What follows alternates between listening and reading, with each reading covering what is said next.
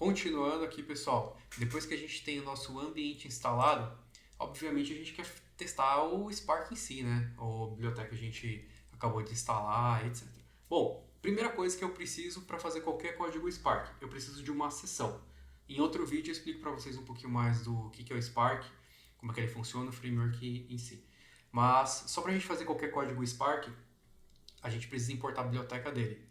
Então a gente escreve from PySpark, que é o com Python.sql, módulo dele, e import Spark Session, que é a primeira coisa que a gente precisa para criar a sessão dele. Aí a gente armazena a referência do objeto em alguma variável. Pode chamar o nome que vocês quiserem. Eu vou chamar aqui de Spark mesmo. Em alguns lugares o pessoal chama de SS, né? Spark Session, mas pode ser o que vocês quiserem. Então eu preciso chamar aqui o Spark Session .builder.get não está aparecendo aqui, mas vamos ver se vai dar get or create. E aí, por boa prática, você pode chamar o stop, que ele só vai avisar lá para a aplicação que terminou o seu script. Só isso aqui não faz nada, tá? De qualquer forma, o Spark tenta encerrar a sessão, mas isso aqui é só mais uma boa prática mesmo, né? E aí eu preciso de algum dado para poder rodar o meu código do Spark. Então vamos só criar aqui alguns dados para a gente criar uma tabela virtual, que é o que a gente mais usa, mais conhecido como DataFrame no Python. Já no Scala, Java, a gente consegue trabalhar com dataset também.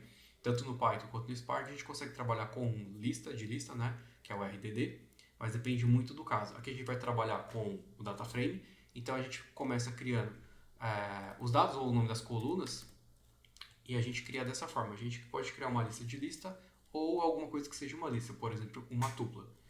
Então, antes de criar os outros itens, vamos criar uma lista bem simples, né? Um inteiro e uma string.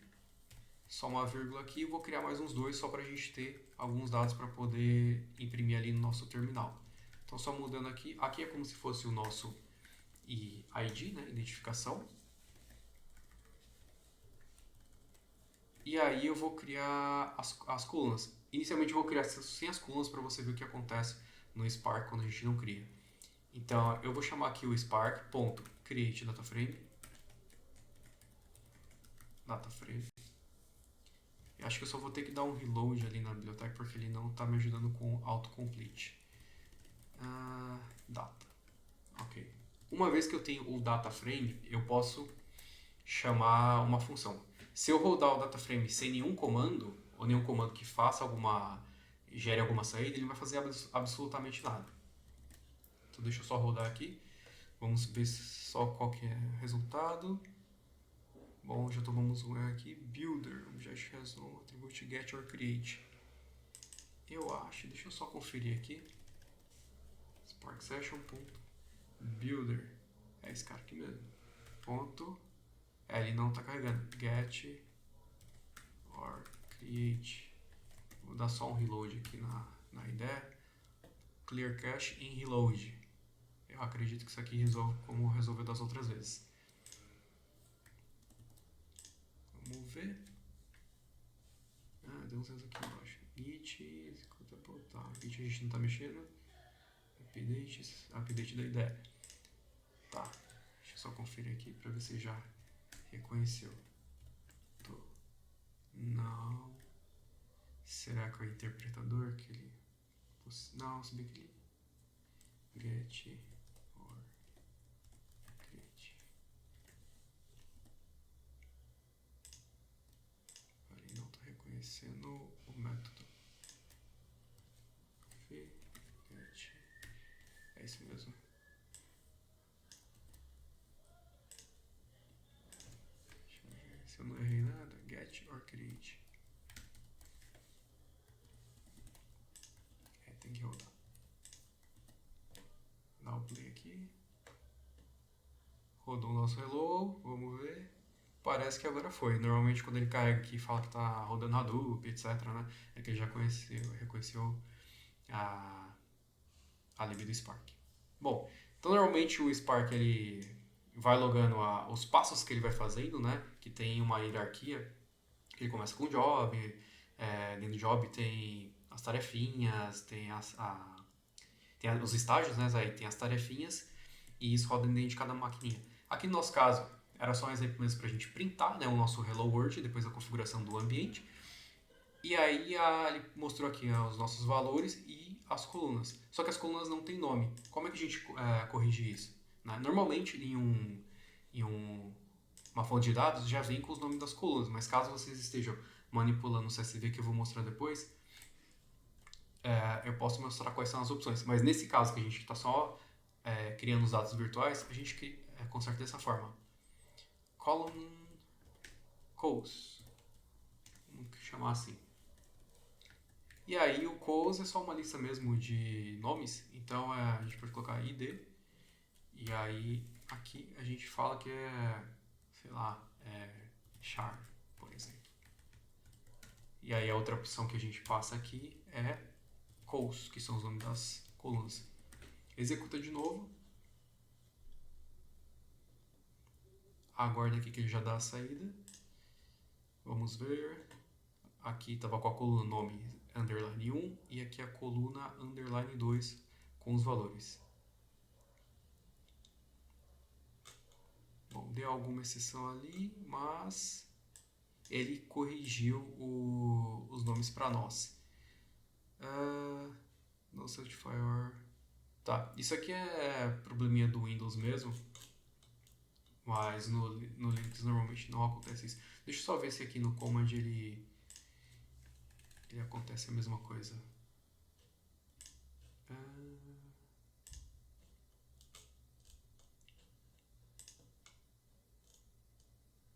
Só um minuto, cadê o comando? Aqui.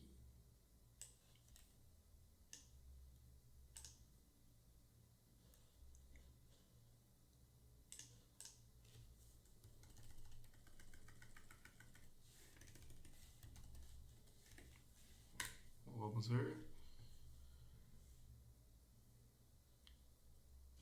Aí já eu mostro uma outra opção que tem aqui de editor dentro do VS Code, que é bem bacana para análise, coisas rápidas aí que a gente faz no dia a dia. Apresentou esse erro aqui. Eu já sei o que é. Isso aqui provavelmente é por causa dessa pasta que eu iniciei no PyCharm. Deixa eu só deletar ela.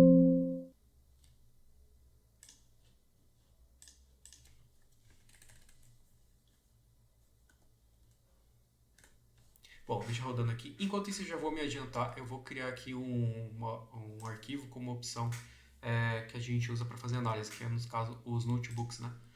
Então, deixa eu ver. main.ipynb. Vejam que ele já mudou o ícone aqui na esquerda e ele abre pra gente esse formato aqui, que é um formato de notebook com células que a gente vai adicionando para baixo, comentário, que são esses markdown aqui, com a linguagem de markdown mesmo. Bom, deixa eu ver o que é.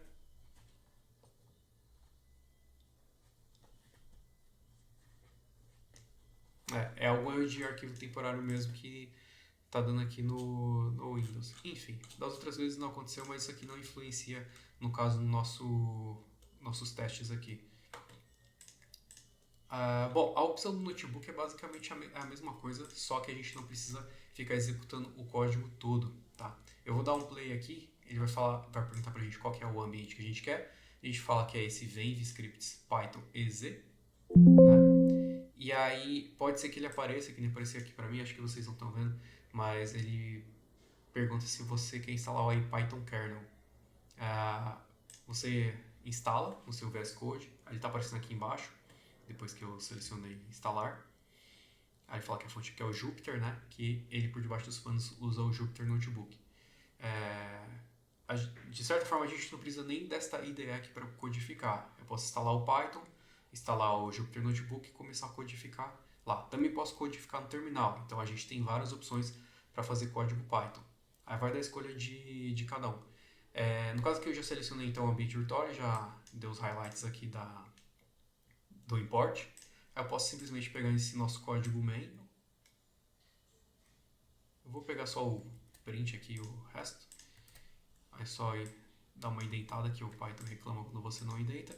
Tira o nosso stop para a gente continuar com a sessão aberta. E aí executar um play aqui. Bom, quando executa as células no notebook, ele vai dando um checkzinho, né? E fala que deu sucesso.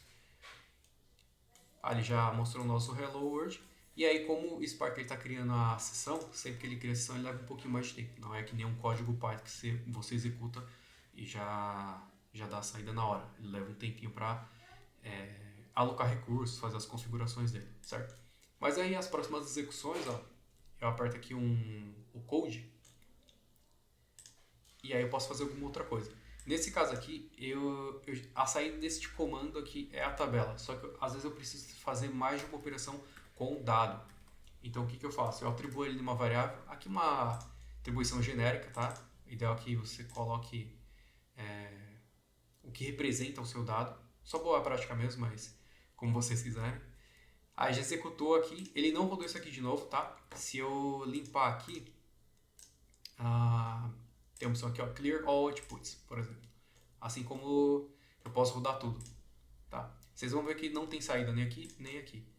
Só do Hello, porque ele é um código Python. Mas a saída aqui do DF não tem, porque eu não mandei ele mostrar. Mas eu posso fazer a saída aqui. E aí depois eu posso reaproveitar esse DF aqui para poder fazer uma outra coisa. O comando que eu gosto de mostrar é esse filter. Pode ser qualquer outro comando, ou, sei lá, um comando que a gente normalmente tem que tomar cuidado aqui, dependendo da quantidade de dados. Collect. Ó, aqui ele já deu a saída aqui em cima, né? Do nosso data frame. E aqui ele está executando esse collect. Esse collect vai trazer todos os dados para uma máquina, por isso tem que tomar cuidado. E aí a saída desse collect é uma lista. É uma lista do nosso data frame, que são os mesmos dados, né? O ID, o char, né? E aí sendo uma lista de lista, ele repete, né? O objeto. Se eu não me engano aqui, deixa eu só executar. Mas eu acho que ele não mostra a saída aqui embaixo. Quando é script, né? Então tem que prestar atenção quando for executar com o notebook.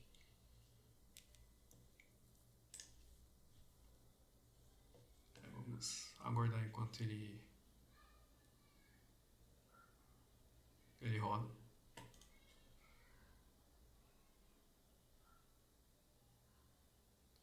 Bom, deu a saída, o alertazinho. Tá vendo que aqui no script ele não dá saída. No notebook ele dá saída porque ele geralmente printa, né, o que tem dentro de um objeto. Então, se eu criar aqui uma variável qualquer e dar um play, ele vai executar. Recebi um. E aí, se eu colocar ele vai dar a saída. Só que eu não dei nenhum print, né? Só que se eu executar esse aqui, ele não vai printar nada. Bom, galera, basicamente pra gente testar aqui nossa IDE com mais alguns comandinhos, criar um data frame simples, é isso. E aí eu já mostro o que tem pela frente.